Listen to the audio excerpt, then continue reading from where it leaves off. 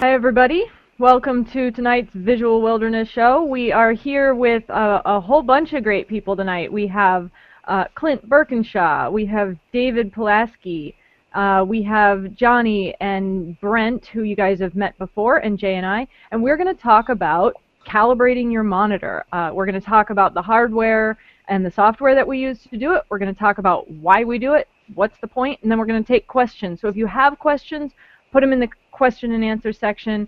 Some of the guests here tonight also have questions, and they're going to bring those up as well, and we'll do our best to answer them. We're going to try pretty hard to stay within the topic here because it's a very broad topic, and we don't want to get too far off track so that we don't keep you guys up all night. So, all right, let's start with introductions. I'll go ahead and do myself first. I'm Verena Patel. You can find me at photographybyverena.com, and I am, without question, Jay's better half. So, Jay, why don't you go ahead and go next? I'm Jay Patel, and I'm, without question, not Verena's better half, as you guys have heard already. You can find me on jpatelphotography.com, Google+, Facebook, or visualwilderness.com. Brent?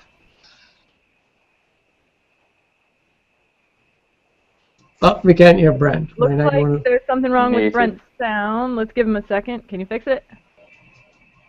No. All right, let's go to Johnny, and let's let Brent see if he can figure that out while we do that. Johnny, go ahead. Hi guys, Johnny here. You can find me at johnnyspencer.com, and of course my favorite place on the interwebs, visualwilderness.com. Thanks, Verena. Awesome. And Clint, why don't you go ahead? We've had Clint on the show before. G'day guys, my name's Clint Burkinshaw. You can find me over at explosiveaperture.com, and I'm a proud member of the Visual Wilderness community too.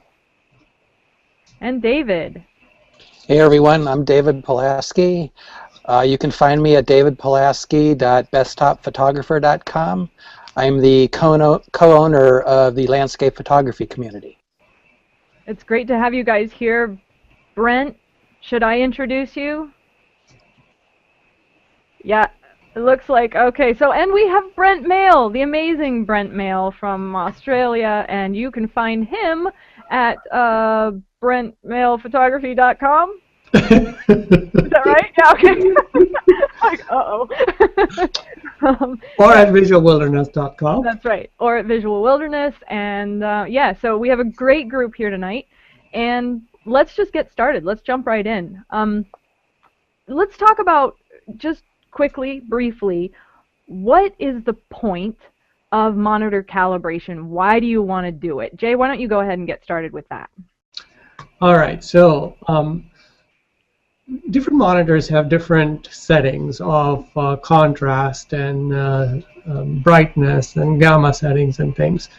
So when we do monitor calibration, our goal is not necessarily to make our monitors match everybody else, but our goal is to make our monitors display the colors accurately and be able to calibrate the monitor so that when we go out to print something, our monitors match the print that we are trying to produce.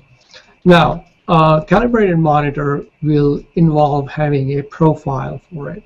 And if you set up the profile correctly, not only your monitors and the print should match, but when you transfer your images to the web or the social media and somebody with another calibrated monitor views that, it should actually also match very closely with your own monitor. So that is the goal that we are trying to achieve. Now, what we're going to do is, Verena is going to show you what we use to calibrate the monitor. Now, there are a number of different tools available, and we are not really recommending one tool over another. We're just telling you our process of how to calibrate a monitor. So this is what we're using. This is what the box looks like. This is the i1 Display Pro, and it looks like this. This is the little tool, the little hardware that you get. It has this little weight that goes with it that drapes over the back of your monitor. And this piece actually opens up, and let's see if you can see that. There you go. And you can see that it has a little lens inside, really nice little lens in there, and that rests right up against the face of your monitor, flat and carefully. It has a little bit of padding around it, so it rests really nicely against there. And then it also has, when you flip this little lid piece back up, it measures ambient light in the room where your machine is, and that is something that you can use or you cannot use. It depends on your setup, and we'll talk about that a little bit as well. Okay, so that's what we're using. It has a little USB cable that plugs right into your machine, and this is all you need, of course, along with its software, which Jay is going to show you. So Jay, go ahead and jump into that. Okay, so I'm going to do my screen share and show you what the software comes, what the software looks like. Now, pretty much all calibration tools come with a software that allow you to calibrate your monitor. So let me go ahead and do the screen share first, and then I will show you if I can get the software to display over here. Now, Jay, while you're getting that set up, let's answer this question. There's a question saying, is the only way to calibrate your monitor by using an expensive tool? Actually, most monitors, a lot of monitors have built-in calibration software. It's a little bit less, you know. Can I interject? Not most monitors, yeah. Some monitors. Right. You're right. I should say some monitors have it built in. So when you, if you do have the capability to calibrate your monitor with built-in software, that's an option. There is other software that you can get. We can talk about that a little bit more later, and I'm going to let Jay get back into the software since he now has it up on the screen. So go ahead there, Jay. All right, so I'm going to start my screen share, and I'm going to lock my screen share on myself. So I'm going to actually run through this without taking any questions or comments at this point in time, so I can run through different screens. So can you guys see this? Is yep. everything being displayed properly? All right, because I can't see my screen. All right. So along with this iDisplay from X-Rite that we used to calibrate came calibration software. And the calibration software sort of looks like this. It is a software built in, and what it does is it basically steps you through the process you need to calibrate the monitor. Now, there are two kinds of settings that you have. One is advanced and one is basic. If you click on the basic settings, it'll just give you the minimum amount of things you need to do to be able to calibrate your monitor. So even if you're not an expert, just click on the basic setting, click on display profiling, and it's going to step you through what you need to do to calibrate the monitor. And it's also going to tell you when to use the hardware and how to hook it up so that when it is doing the calibration or trying to figure out what the profile of the monitor is, you can go ahead and do that. We typically use the advanced settings because we know what we're going to, what we want to do. And there are some things that I'm going to explain to you that will sort of make sense as we go why we use advanced settings. Now, remember at the start of this segment of Visual Wilderness episode, we said the topic is to calibrate the monitor. So we're going to ignore everything else over here and just go to monitor profiling. Now, it has 5 different steps in it. And in the first step, one of the things that it is going to ask me is, what is my white point luminance contrast ratio settings that I want? And it's also going to ask me a very important question. Should it measure ambient light itself? So the way we do it is, under luminance setting, we need to make sure that we have a luminance setting set around 100 to 120 CD per meter square. Now, why is that important? Well, that is important if you want your prints to closely match your monitor. If you put CD settings of 250 CD per meter square, your monitor will be very bright, and when you print out of that, your prints will look darker. Similarly, if you do 80 CD per meter square, depending on your printer, it may be a little bit too dark. So I like to stay between 100 and 120 CD. I usually leave it at 120 CD per meter square, and that sort of looks natural to me. Now, as far as contrast ratio and white points are concerned, we like to use a white point of D55. that is actually more closer to a daylight white balance. And there's a reason for it. The reason for it is that we have daylight white balance lights in our room, and those lights sort of ambient light sort of matches up what the monitor is projecting. So there's no color cast or anything that is there. Now, contrast ratio, we leave as is. Now, the ambient light control, I almost never like to use that. That's because we are control freaks. And we can actually turn down the ambient light in our room by closing the shade or by turning on the lights or selecting the lights that go in our room. Just like we have selected the lights with the proper color balance, we control the ambient light. So the two important things you have to remember is the luminance and the ambient light controls. Leave the ambient light controls off. Luminance around 100 to 120 CD per meter square. Then once that is set, all you got to do is just go to the next setting, which is a profile setting. Now, there's one important control. Most of the time, I leave everything as a default over here. But there are two things that you need to remember. One is that the ICC, which is an International Color Consortium, has two different kinds of profile, version 2 and version 4. And don't ask me what happened to version 3 because I don't know. So version 2 is an older profile and works with XP and Vista. Version 4 works with some programs in Windows 8, but not all programs of Windows 8. So we made a mistake by calibrating our monitor with version 4 profile, and some programs worked great, other programs looked really dark, and yeah, it was awful. Yeah, it was really bad.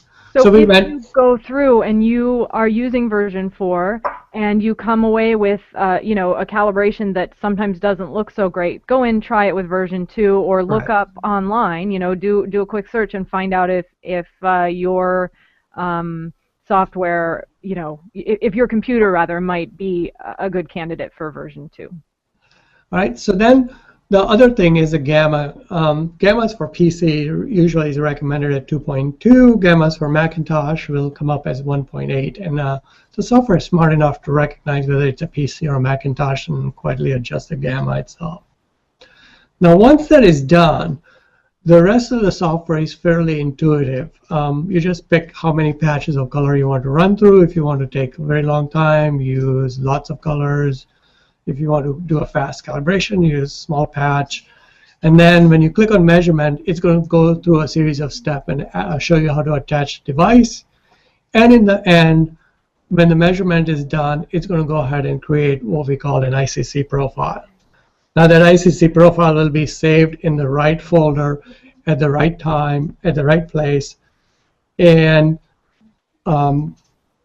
after that, your monitors will be calibrated. Now, if it is not, for some reason, if it is not saved in the right place, then grab that ICC profile and go into Windows Color Management or Macintosh Color Management and make sure that it's using the ICC profile you created through the software.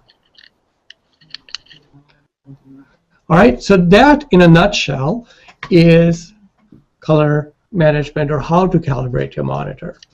Now, what we are going to talk about is why you need to calibrate your monitor, or what happens if you don't calibrate your monitor. So, Jay, before we move on, just for a second, I really want to finish answering this other question, Sure. question that was put forth. As I was saying before, there is software available that is actually free that you can download. There are things like Quick Gamma and Monitor Calibration Wizard. There are several different options that you can use online. Just do a Google search for it, you'll find them. But they're not going to be as thorough. They're not going to work quite as well as the more expensive software. So you know, do what you think is best, and if you can afford it and you need it, great. If not, try the free versions and tell us what you think. Okay. Yeah, I was also add to that. I think each OS X, Macs have a in calibration tool in the operating system and system preferences, which you can go if you have a iMac or MacBook. Hey, David, can you guys mute if you're not talking, because we're getting an echo from everybody. So I actually just manually muted David. For some reason, David, it's coming from your machine. Just so you know. But if you want to say something, I'll unmute you. all right. So so I think that one of the things, now that Marina has answered that question, one of the things we want to talk about is what happens if you don't calibrate your monitor. So I will. Like Clint has some really good experience with not calibrating the monitor. As soon as his wife got a new machine, what happens, Clint? Tell us that. I'd been operating absolutely lovely from my MacBook Air, thinking everything's hunky-dory. And we bought her a brand new MacBook Pro, Retina screen, and she's loving it. And then we had a look at my photos on there, and I'm like, no, that's definitely not what it looks like on my monitor. Then I compared them, and I was irritated that all the greens and oranges are completely different hue, which is a big problem, especially if you're going after specific shots. What I'll do is I'll share my screen now so you can have a look at what I'm talking about. Everyone can see that? Yep. Okay. As you can see here, this is just a fragment of a photograph that I used. Ignore any brightness differences. What I'm mainly concerned about is the color and hue here in between the top photograph, which is what I've been operating on, in comparison to the bottom photograph. You can see a clear difference in the yellows and reds of that. So the bottom one is a lot more warmer. So can I ask, Clint, what is the real closest color to reality that you can remember? I mean, well, I've done a bit of fiddling recently, but I'd say how I remembered it was more towards the top when I was there, because there was quite a lot of red bushes and grass amongst all kind of the yellows. So I was a little bit disappointed to see on other monitors that I couldn't get that red really popping through like I remember it being. And I can show you another example here. Again, here's another little small snippet of a much larger photograph. You can notice the yellows in the rocks on the bottom MacBook Pro, and compared to how I envisioned the photo without any white balance changes up the top, which are much more kind of orangey feeling. And also the leaves and the moss on the rocks are a lot greener up the top, and you can see the greens and the yellows are a lot more warmer in the bottom one, which kind of gives a bit of a autumn warmer effect in the bottom one, but that's actually not what it was like when I was there and snagged the shot. It was much more of a really rich bright green, which I wanted to portray, but due to the one of ours is miscalibrated. I've yet to figure out which one it is, so I'll be ordering a print of one of these and seeing what the print looks like and correctly calibrating the other monitor to get it right. But you can see it makes a clear difference, and it is a big problem if you're selling your prints or if you're after a kind of autumn feel. It can really alter the mood of your photograph, and so this really demonstrates why it's really important if you really care about your photography, why a correctly calibrated monitor is important. Yeah, that's a really great example. I think the difference between the two is pretty stunning. And if you go and you try and print an image, that's been on your screen, and you print it, you're going to be kind of stunned sometimes by how different that print might look if you haven't calibrated your monitor. As Jay said before, the brightness of the monitor matters too. So a lot of times we hear from students who say, my prints look so dark. Why? And you know what? The fact is, your backlight in your monitor really really enhances the brightness of your images. So we tend to turn that down as well.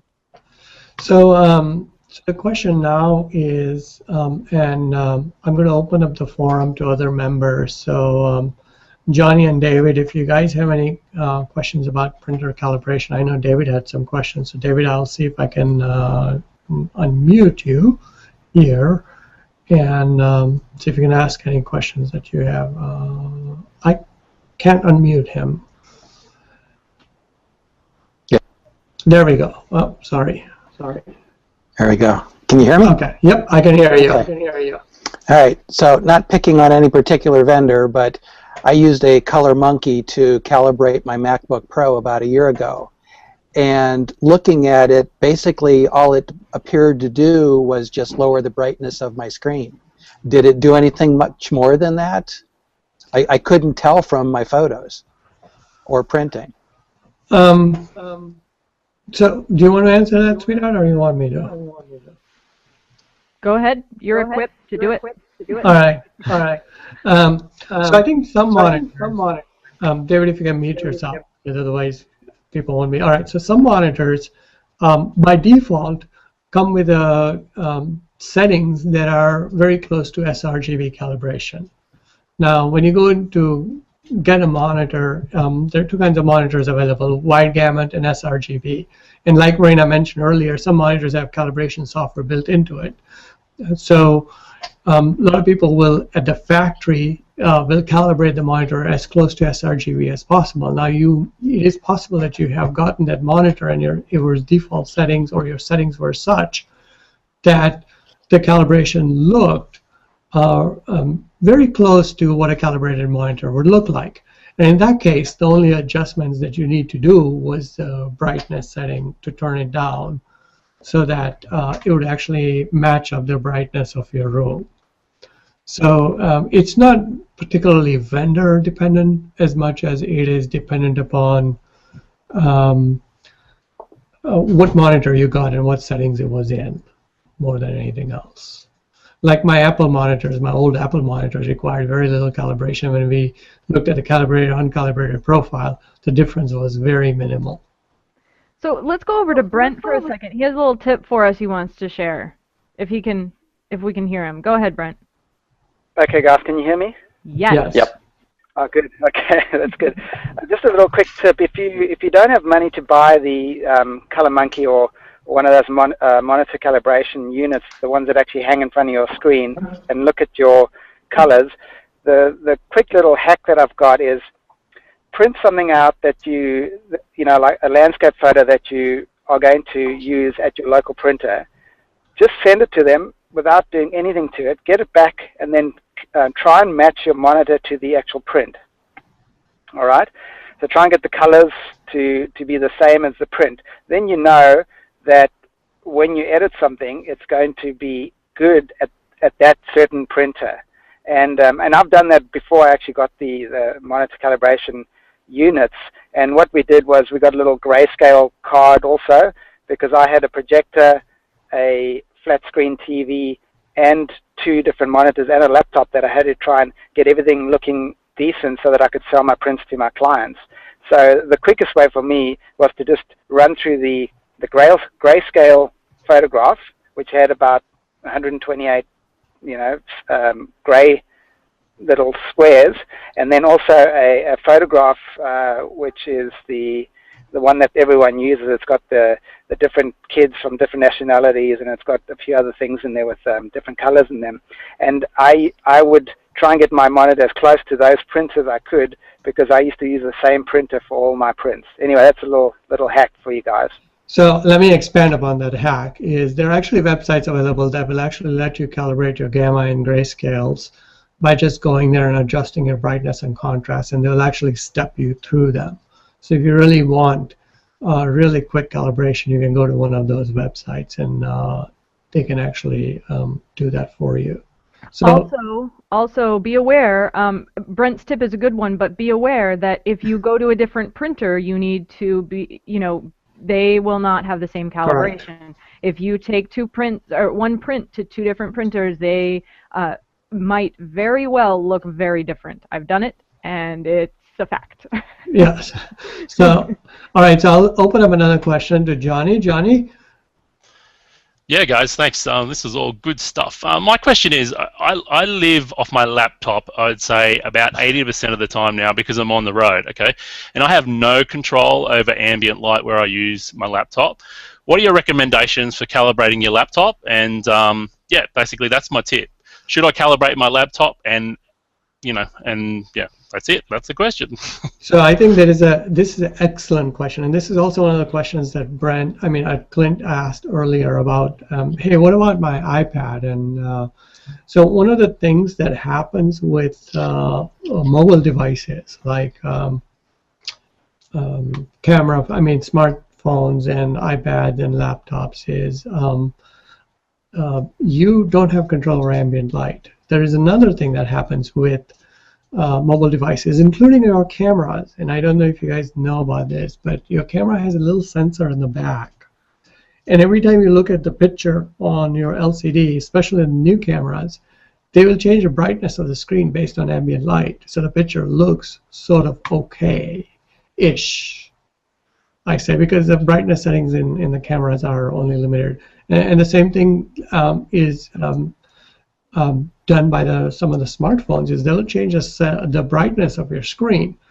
So we, as professional photographers, if we want to edit an image, we almost never do it in the field because we don't have control of ambient light. We will do a hack and put something up on social media or real quickly, but as something that goes in our portfolio will never be edited outside a controlled environment. Is that right now, would you say that's true, or you want to add to it? Yeah, I'd say that's true. That's pretty accurate.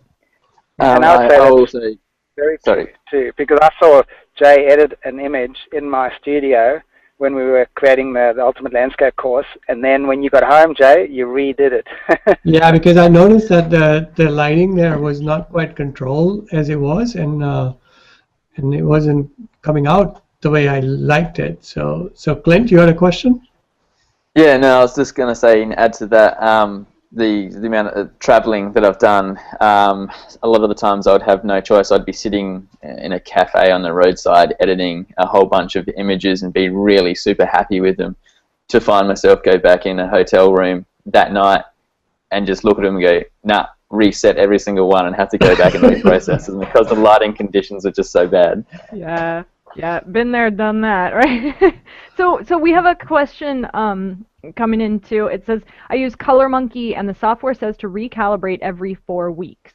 Do I need to run the software every 4 weeks or just compare to see if needed? How often do you recalibrate? So, well, yeah, they usually recommend that you recalibrate a little bit more often than Jay and I do.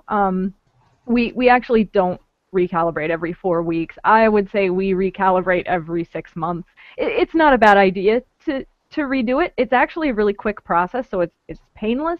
We should do it more often than we do, but you know, as long as the monitor you're using isn't changing too much, as long as it's not getting too old, that might have some, you know, play in the situation as well.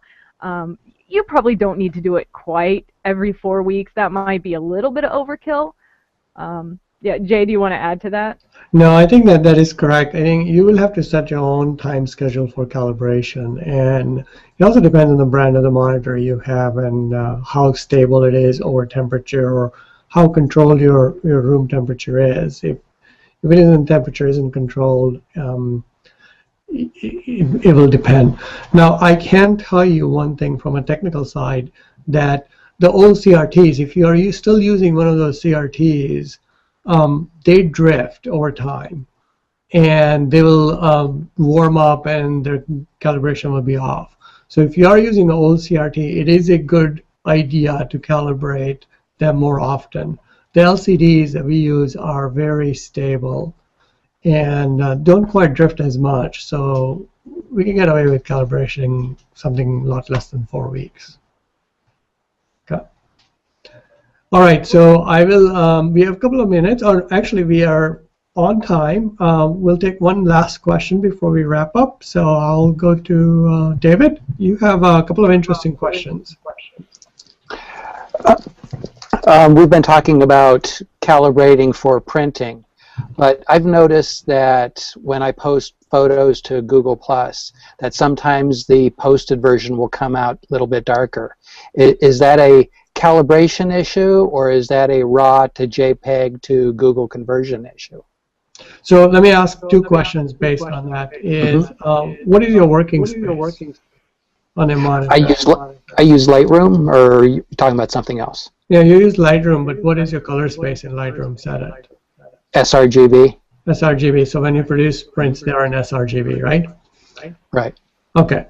So in this case, I'm going to take a guess because I don't know the exact process Google Plus does. So if you want to hang up, if you want to mute your computer, I can start to answer this very quickly. What happens is that there is a tonal compression that occurs between a large print and a small print. So for example, if you have a really dark large print or really dark areas in large print, and you compress it into a small thumbnail or say a 1200 pixel image, so you go from 5000 pixel to 1200 pixel image.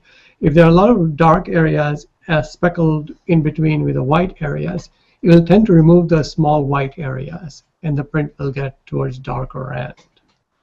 Now it doesn't always happen.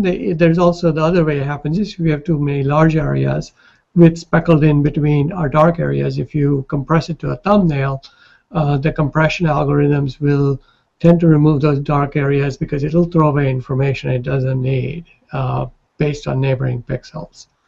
So that could be one of the phenomenons. But I have not noticed that phenomenon on a normal image with a tonal distribution which is sort of average. So in other words, I can't answer that question with any certainty. I'm not sure, David, but I know one thing Google does automatically, and you need to turn it off. There's a image auto enhance that it does. That's true. And I've noticed that's screwed around with how my images look as well. So I've turned that off. So there's something I've found. So. But I'm assuming you know about that, David. Definitely, I turned that off the day after they showed it. Well, that's a good thing. And it could be auto-enhanced as well. Also, if you are uploading to photos to Facebook, I think by default the upload high-quality version of the image is not ticked. So I've noticed Facebook images very degraded without ticking that one. So ticking that would also help if you're uploading to there. Face what? I don't use that place. All right, guys, I think it's time to wrap up. Marina, you want to do the wrap up? Yeah, so I guess I do. So we just want to say thanks to all of you for being here tonight. Clint and David, Johnny, Brent, Jay, thank you for being here tonight. It's always a pleasure to have you guys on the show, and David, it was great to have you on for the first time. So yeah, so if you have more questions about color calibration, go ahead and send them along. Jay and I will try and answer what we can, and maybe we'll put out a blog post before long with some more questions and answers to go along with this Visual Wilderness episode. So the next Visual Wilderness episode is on Monday, and it is about tripods. We're going to talk about how to select the tripods and tell you what happens, how to ruin a tripod real quickly. I'm sure Clint has a lot of experience in it. I have a lot of experience in ruining the tripod. So stay tuned. So do I. Funny stories about ruining tripods. That's right. So yeah, so we hope you guys will join us for that. And by the way, we should point out that a lot of times the topics that we choose for these Visual Wilderness episodes come right from questions that we get from students, from Visual Wilderness members, and so on. So this next one is definitely one of those. All right. Thank you, guys. Thanks, everybody. Have a good night. Thanks, guys. Good night. Good night. Good night. Bye all.